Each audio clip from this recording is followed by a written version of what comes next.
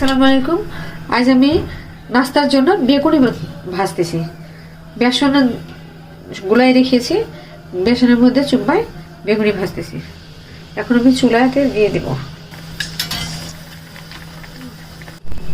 আরেকটু দিয়ে দিচ্ছি।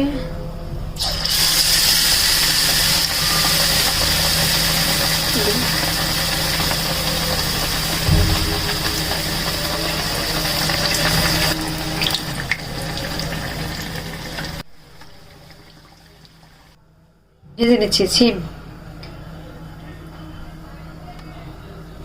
সিম বেসন দিয়ে ভেজে নিচ্ছি।